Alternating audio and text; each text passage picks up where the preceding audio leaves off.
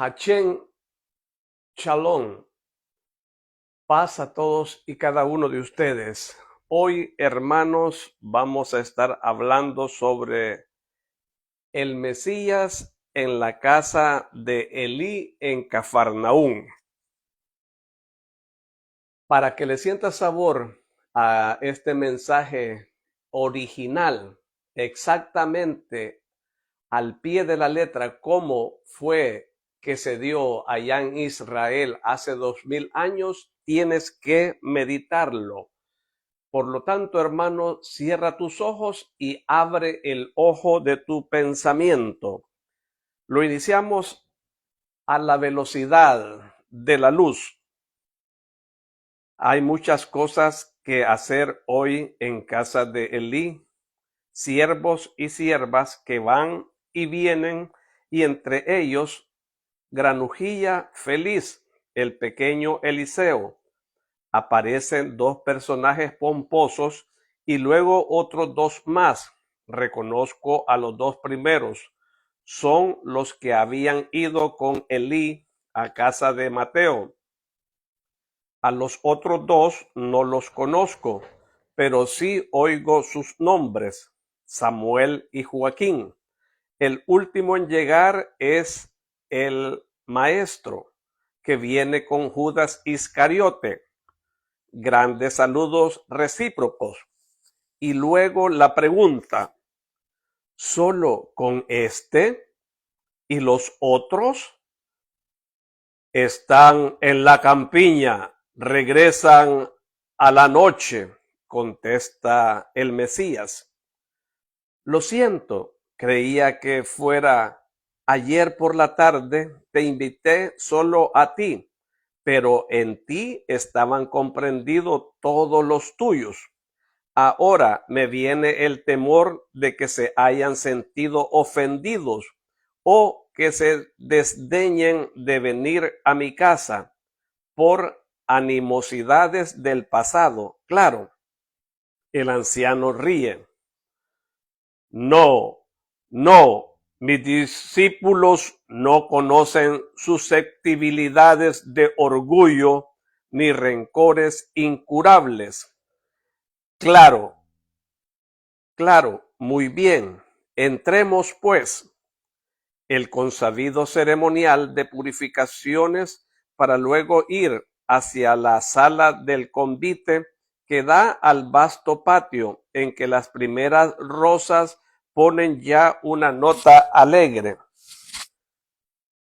El Cordero de Dios acaricia al pequeño Eliseo, que está jugando en el patio y que del pasado peligro no tiene sino 4 señales rojas en la manita. Ya no le queda ni siquiera el recuerdo del miedo pasado. Sí se acuerda, eso sí, de el Salvador del mundo, y quiere besarle y que Yeshua le bese con la espontaneidad de los niños. Le habla entre su pelo, circuncidado con sus bracitos en el cuello de Yeshua, confiándole que cuando sea mayor irá con él, y pregunta, ¿me aceptas? Yo acepto a todos. Sé bueno y vendrás conmigo. El niño se va dando brincos, se sienta a la mesa. Elí quiere ser tan perfecto que pone a su lado a el Cordero de Dios y al otro lado a Judas, el cual se encuentra así entre Elí y Simón, como el maestro entre Elí y Urías. Empieza la comida. Al principio, temas de conversación un tanto vagos, luego más interesantes, y dado que las heridas duelen y las cadenas pesan, sale la eterna cuestión de la esclavitud de Palestina respecto a Roma. No sé si es fingimiento, no sé si hay mala intención o no. Lo que sí sé es que los 5 fariseos se quejan de nuevos atropellos que catalogan de sacrílegos, por parte de los romanos y que quieren interesar a el Mesías en la discusión. ¿Comprendes? Quieren conocer con todo detalle nuestras ganancias y cómo han visto que nos reunimos en las sinagogas para hablar de esto y de ellos, pues amenazan con entrar en ellas sin respeto. Temo que un buen día entren incluso en las casas de los sacerdotes, grita Joaquín.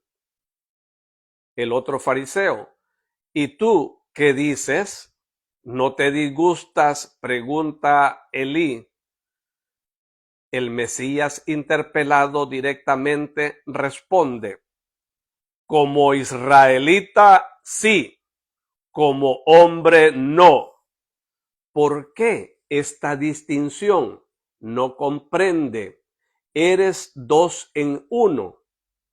No, pero en mí se dan la carne y la sangre, lo animal, en pocas palabras, y el espíritu de israelita, deferente para con la ley, se resiente por estas profanaciones, mas la carne y la sangre no, porque no tengo el aguijón que os punza a vosotros. ¿Cuál? El interés.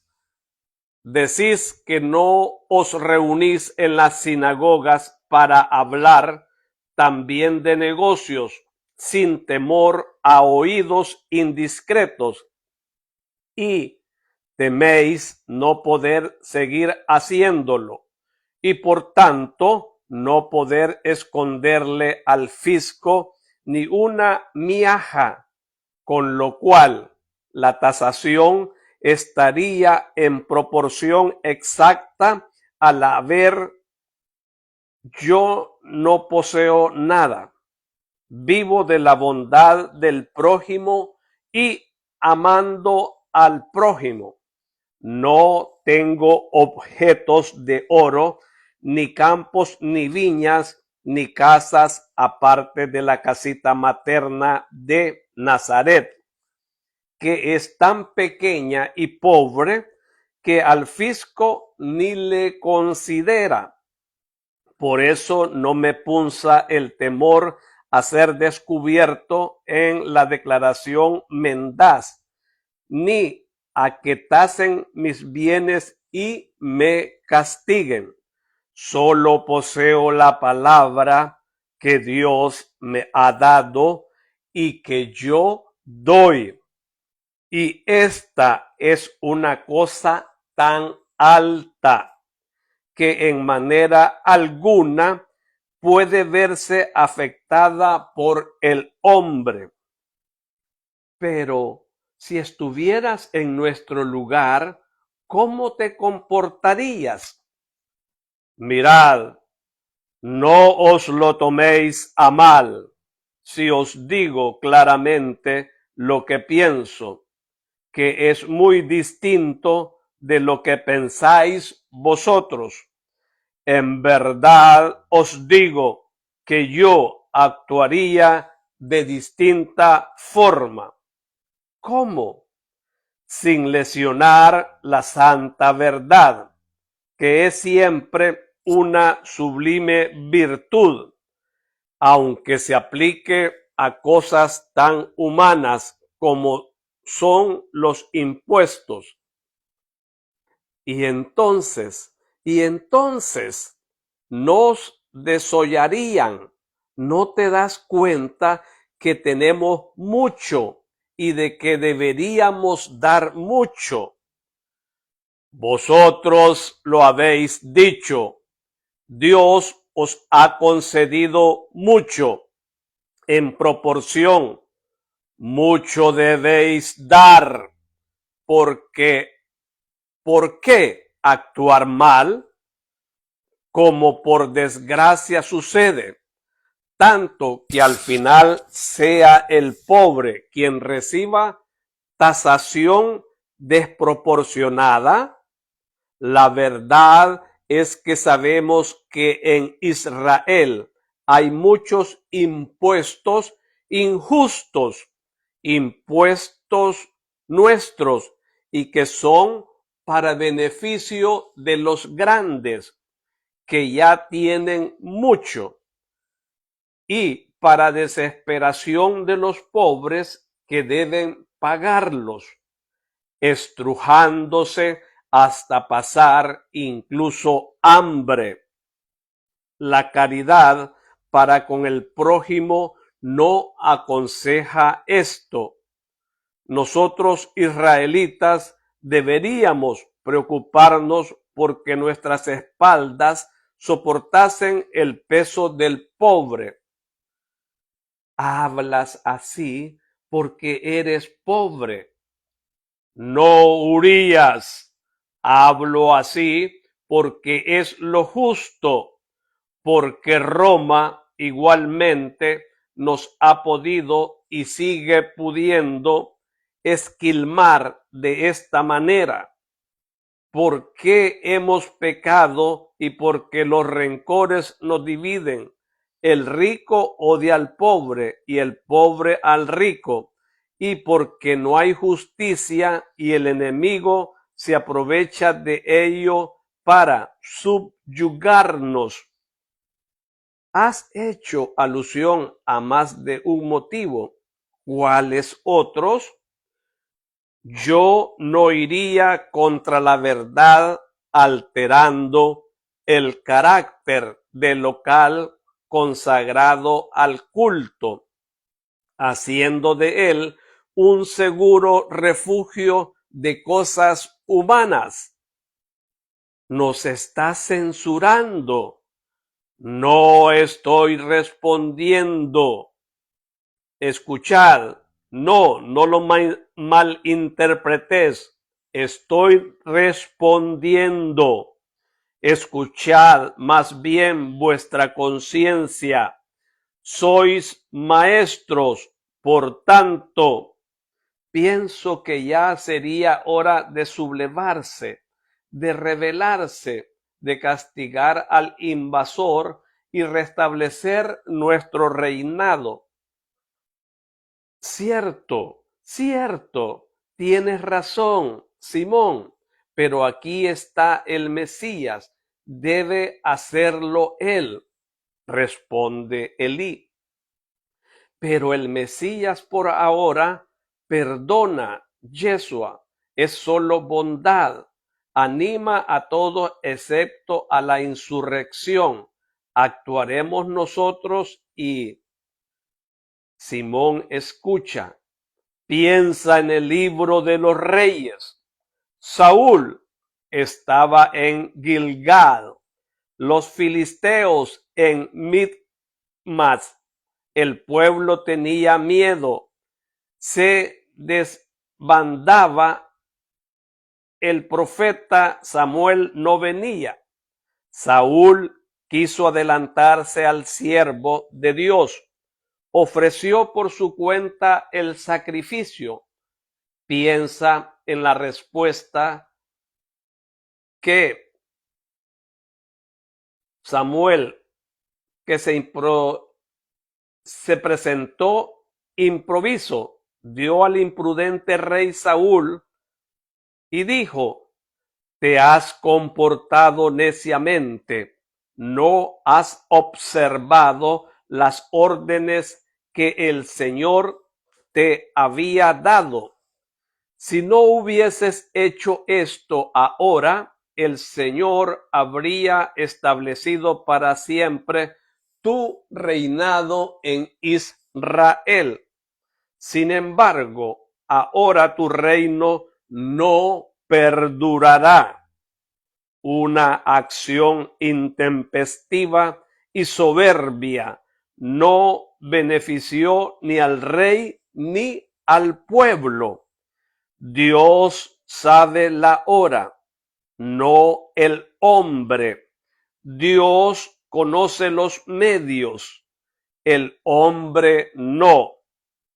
Dejadle actuar a Dios, mereciendo su ayuda con una conducta santa. Mi reino no es ni de rebelión ni de brutalidad, pero se establecerá. No será para pocos, será universal.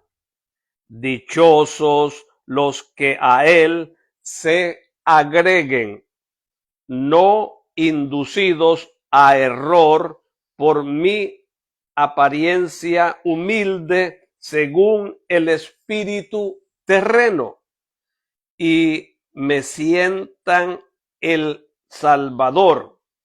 No temáis, seré rey, el rey nacido de Israel, el que ha de extender su reino sobre la humanidad. Vosotros, maestros de Israel, no interpretéis mal mis palabras, ni la de los profetas que me anunciaron. Ningún reino humano, por muy poderoso que sea, es ni universal ni eterno. Los profetas dicen que el mío tendrá estas características: que esto os dé luz acerca de la verdad y espiritualidad de mi reino. Ahora os dejo.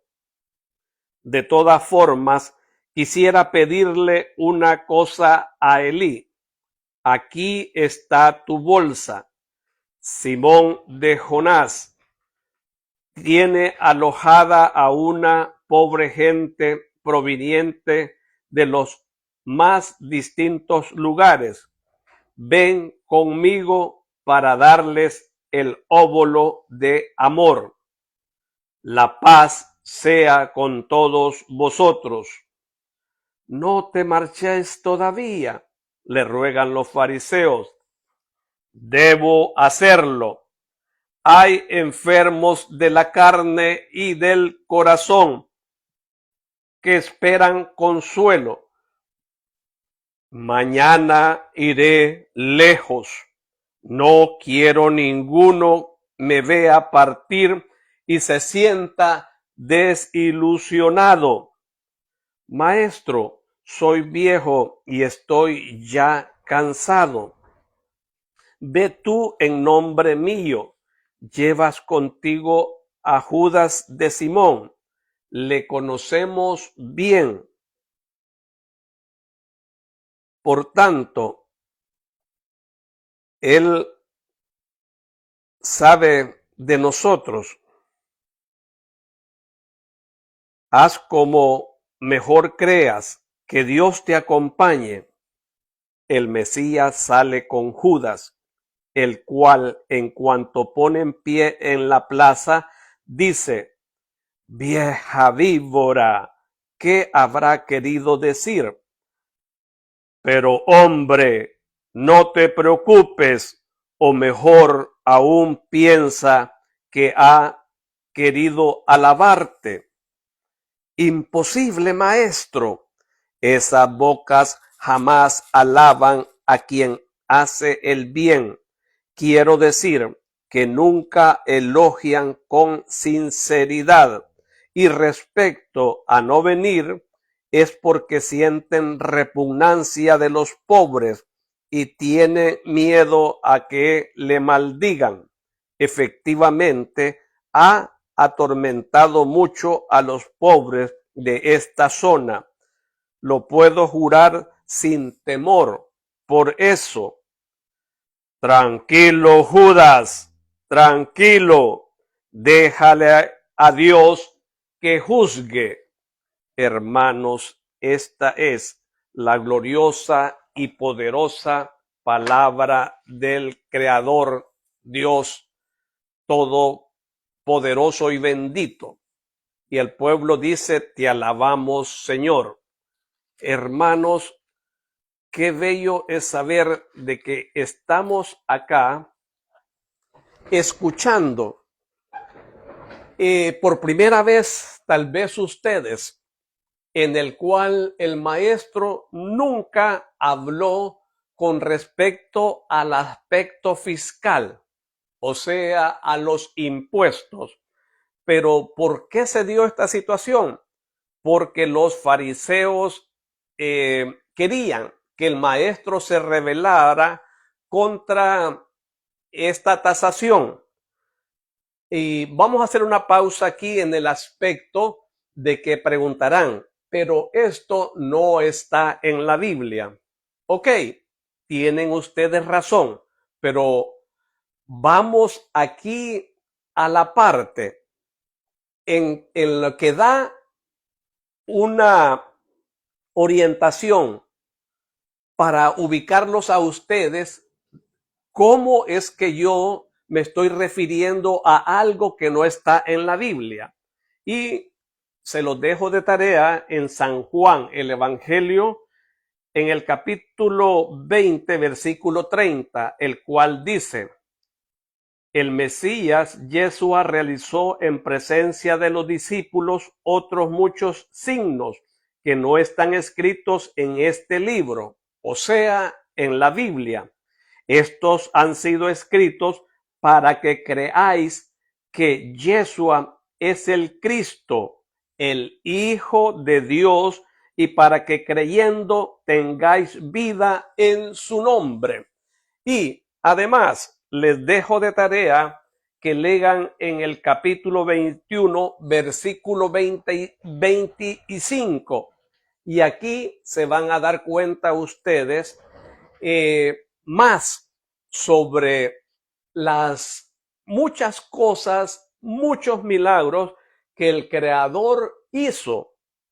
Y por lo tanto, en la Biblia está los más importantes, pero que el maestro, él siempre en sus 16 horas de actividad del día, él siempre estaba haciendo prodigios, proezas, milagros.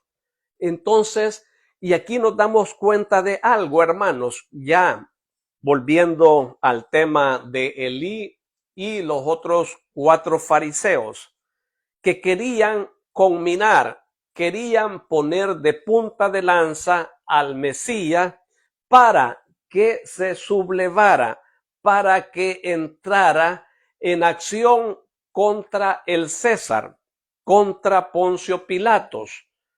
Pero lógico que aquí nos damos cuenta cómo estaba el mercadeo, la mafia dentro del templo. ¿Por qué el pueblo israelita no querían a estos fariseos, ya sea de Cafarnaúm, de Galilea, de Jerusalén? Porque ellos estafaban al pueblo. Y aquí nos damos cuenta por boca de Elí, que estaban con otros 2 fariseos de nombre Simón y Joaquín. Entonces, lo que entendemos acá es de que hay algo nuevo, de que ellos, que brota de sus labios, de estos fariseos, el cual ellos dicen con propiedad de que ellos se quejan de los atropellos y que estos atropellos que hacen el Imperio Romano contra los fariseos, saduceos, rabíes y sacerdotes del templo les molesta, y por eso es de que tienen esta conversación con el maestro en la casa de Elí. Entonces dicen que le explica a Elí que quieren conocer con todo detalle nuestras ganancias. Entonces aquí nos damos cuenta de algo, de que todo el diezmo que llevaban al alfolí era completamente malversado, mal administrado, que había una mafia y por ellos esta persona, el Sanedrín, esta élite eclesial de ese tiempo, tenían muchos inmuebles, muchas casas, muchas viñas a costa de las viudas, a costa de los pobres, a costa de los impuestos que llevaban las gentes, el tributo al templo. Entonces ellos se enriquecían y por eso es que se da esta conversación para poner al maestro de su parte, pero más no sabían que el maestro conocía su vil pensamiento. Y entonces aquí le hacen una pregunta. ¿Y tú qué dices? Le preguntan a Yeshua, el Mesías. ¿No te disgusta de esto? Le pregunta Elí.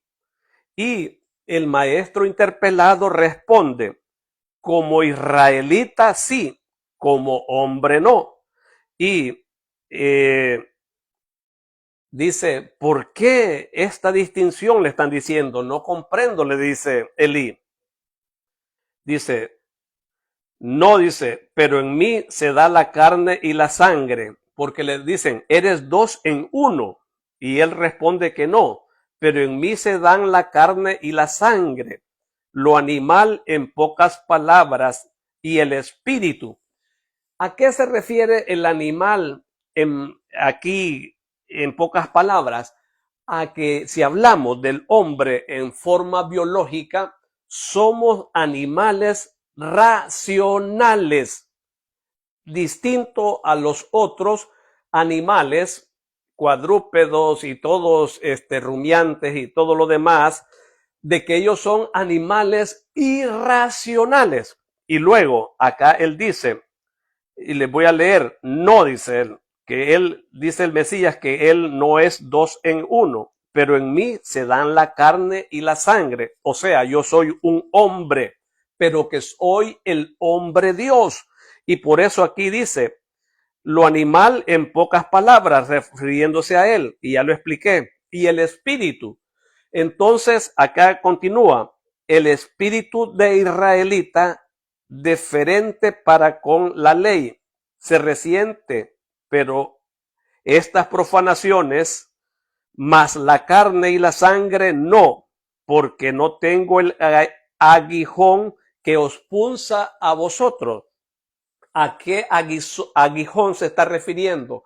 A los intereses creados, a que ellos eran del templo de este estrato eclesiástico por un interés. Primero, el de las ganancias. Segundo, el de poder. Tercero, el de tener muchas propiedades.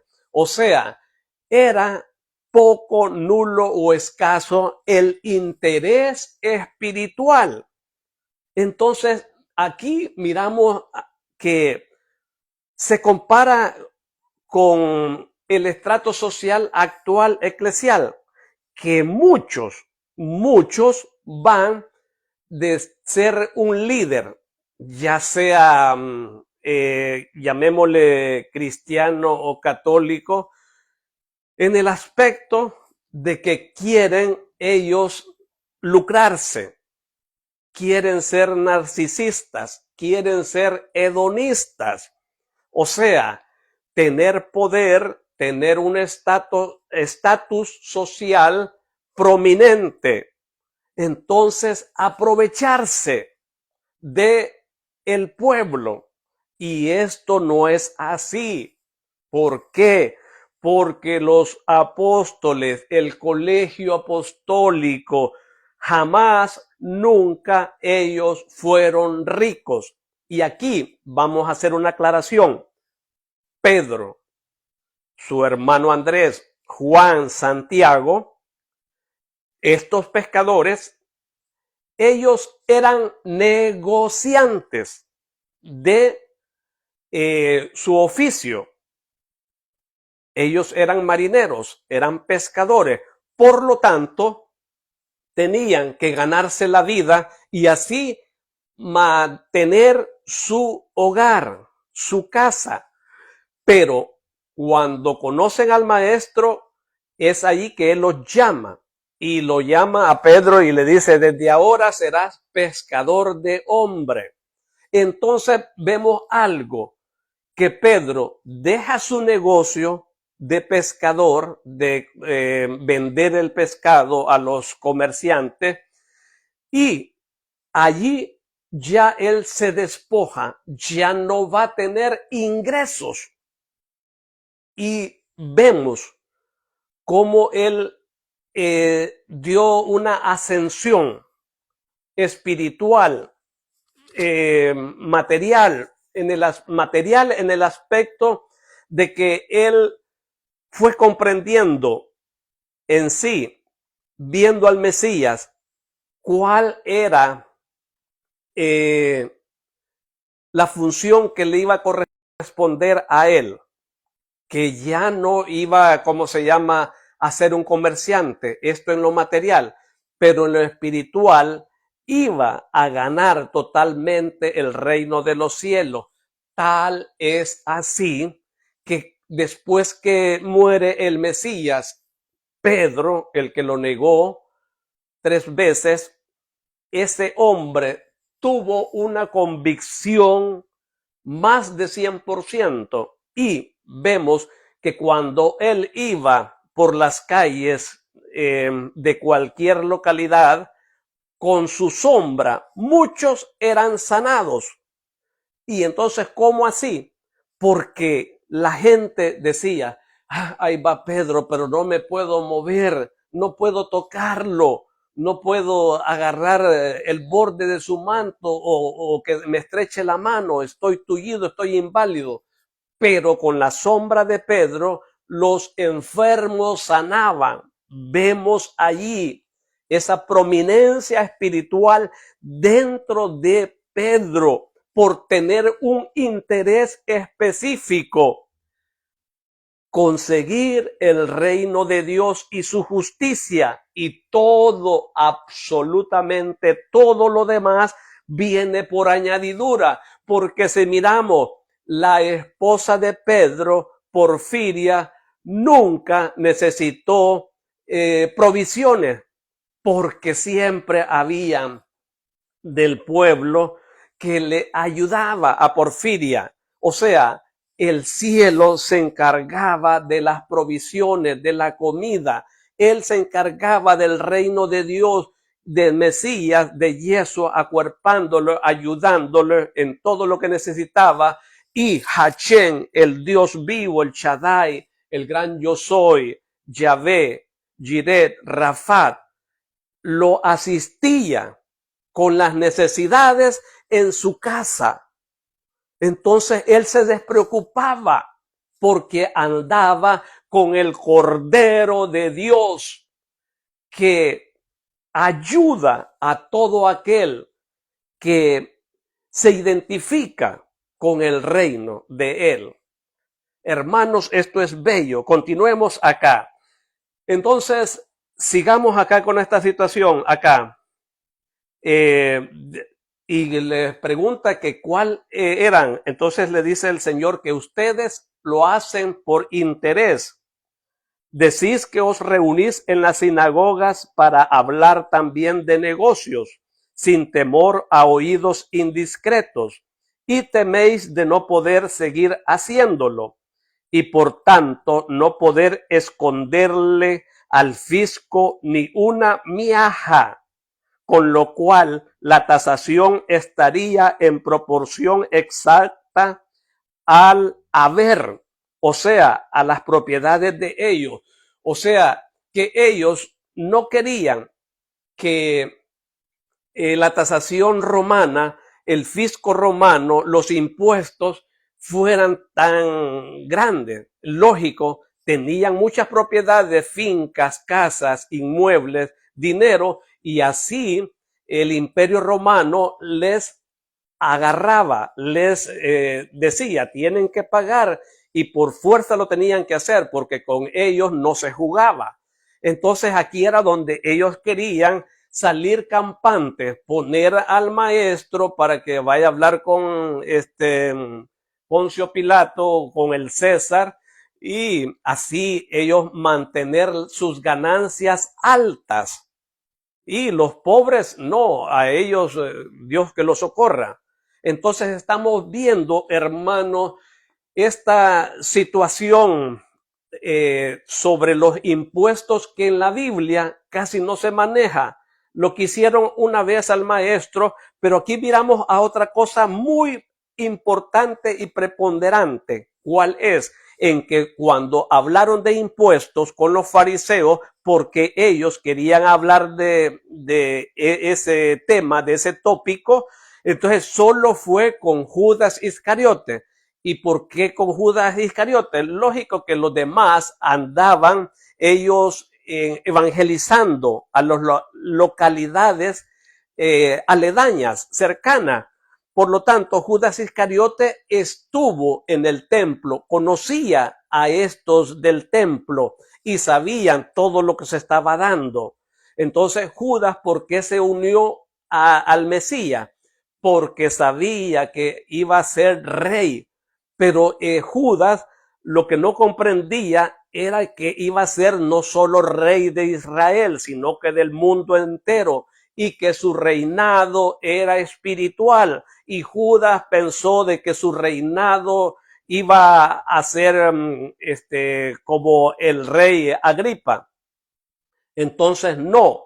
Y ahí él lo que quería era ser tal vez el rey de estas tasaciones fiscales, de estos impuestos, para agarrar lo más que él pudiera y hacer derroche de poder, de ostentación, de hedonismo, de narcisismo.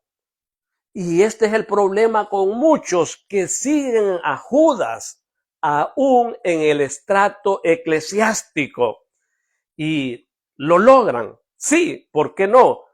Pero su gloria es en esta tierra y en la otra tienen que pagar. ¿Por qué? Por haber aprovechado de una condición eclesiástica para lograr sus intereses mezquinos personales. Podemos jugar con el mundo, hermanos, pero no con Dios, porque Él, antes de que nuestra palabra esté en la punta de nuestra lengua, el Señor ya lo sabe. Lo que sí, Él nos da anchas, nos da libertad de actuar, de nuestra voluntad, hacerla como queramos, pero un día va a mandar al ángel de la muerte y lo lleva porque lo lleva a todo ser humano al otro mundo. Y ahí es donde van a rendir cuenta. Y ahí es donde empieza ya la discusión con el Rey de Reyes y Señor de Señores.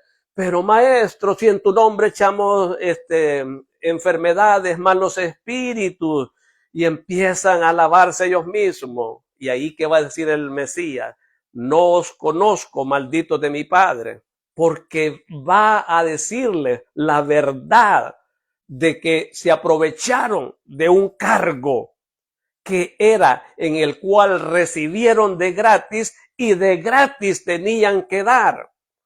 Aquí es de alabar en cierta manera o toda, no en cierta, sino que completamente de toda manera, como los sacerdotes y monjas abandonan unos su posición a veces de rico, como fue San Francisco de Asís, y otros que han sido actores de cine, que son millonarios, y de repente han ido a una conferencia, que han ido a algún lugar de peregrinación, y allí con una prédica han cambiado, han modificado su forma de ser y se dan cuenta que ellos estaban vacíos, que lo tenían todo, pero eso de todo no estaba conforme con su espíritu.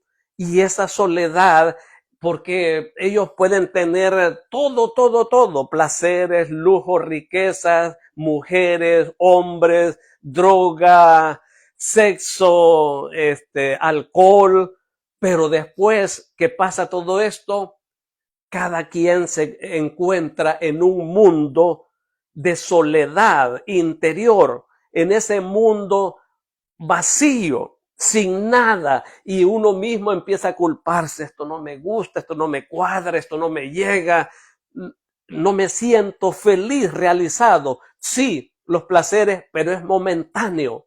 Pero vemos la contraparte de un pobre cristiano o un pobre de que alaba, glorifica con su vida, con su boca al maestro, con su mente. Y vemos cómo ese, cuando se acerca a alguien y le dice a uno: hermanito, la paz sea contigo, y esa palabra viene fecunda desde el corazón con el verdadero amor que viene de Dios. Y nosotros los miramos atónitos y que no comprendemos cómo este hombre pobre, que solo tiene lo necesario para mantenerse, es feliz.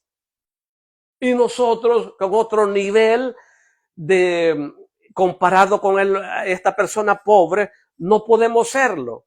¿Pero por qué? Porque no hemos delucidado, no hemos entendido que no es acá tener mucho solo para uno.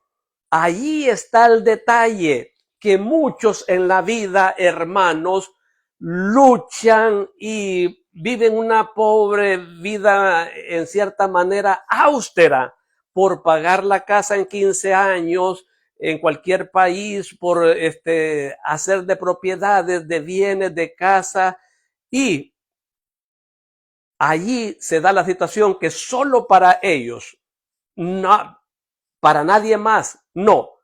Entonces no comparten. Y de repente, cuando vienen ellos a decir: ya trabajé mucho, ya tengo varias casas, ya tengo carros, entonces me voy a descansar. Es allí cuando muchas veces, como en esas parábolas del hombre rico, el opulento, alma mía, ya tengo muchos graneros, ahora voy a darme la gran vida.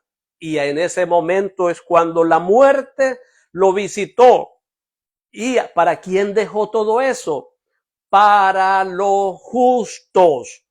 Busquen, hermanos, ahí está. Desde el principio, dice la palabra del Señor, el Señor pensó en los bienes para los que buscamos en espíritu, en verdad, compartir, ayudar, generar, ser solidario con los más pobres, con el necesitado, con el huérfano, con la viuda, con el anciano.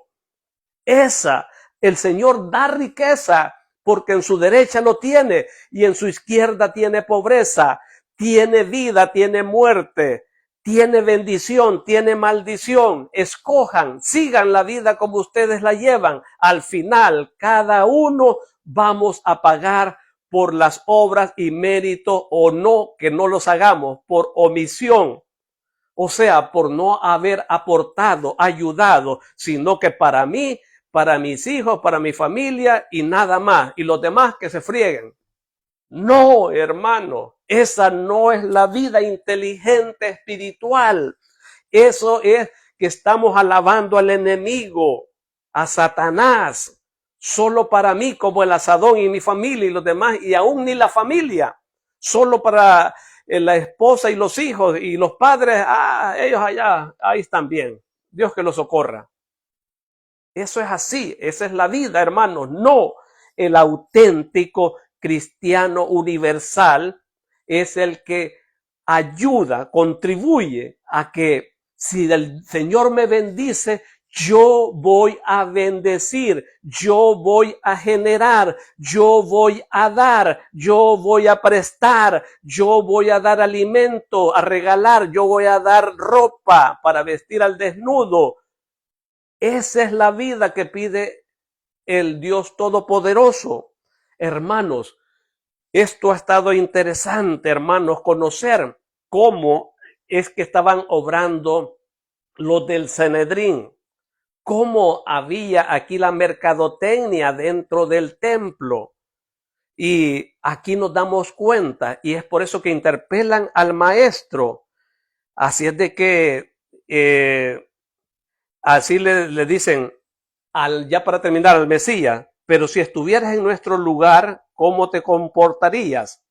Dice, y el maestro responde, mirad, no os lo toméis a mal. Si os digo claramente lo que pienso, que es muy distinto de lo que pensáis vosotros, en verdad os digo que yo actuaría de distinta forma. ¿Y cómo? Le preguntan, sin lesionar la santa verdad, que es siempre una sublime virtud, aunque se aplique a cosas tan humanas como son los impuestos. Y le vuelven a replicar ellos. Y entonces nos desollarían. ¿No te das cuenta que tenemos mucho y que deberíamos dar mucho? Aquí están dando parte. Aquí están ellos soltando una gran verdad, estos fariseos. Como dicen, el pez muere por su boca. Entonces aquí ellos se darían cuenta que si el pueblo se da cuenta de eso, hasta los podrían inmolar, apedrear y todo lo demás, ¿no? Entonces, pero es por eso de que acá en esta conversación nos damos cuenta, hermano, de lo que se vivía hace 2000 años en el templo de Jerusalén y en las demás sinagogas de Israel. Aquí dice el Señor, ya para terminar, vosotros lo habéis dicho, Dios os ha concedido mucho, en proporción, mucho debéis dar. ¿Por qué actuar mal como por desgracia sucede? Tanto que al final sea el pobre quien reciba tasación desproporcionada. La verdad es que sabemos que en Israel hay muchos impuestos injustos, dice el Mesías, impuestos nuestros y que son para beneficio de los grandes, que ya tienen mucho, y para desesperación de los pobres, que deben pagarlos, estrujándose hasta pasar incluso hambre. La caridad para con el prójimo no aconseja esto. Nosotros israelitas deberíamos preocuparnos porque nuestras espaldas soportasen el peso del pobre. Miren qué bella la respuesta del maestro, hermanos. Y hablas así porque eres pobre, le dicen los fariseos al Señor. Fíjense bien que notaban que el maestro era pobre.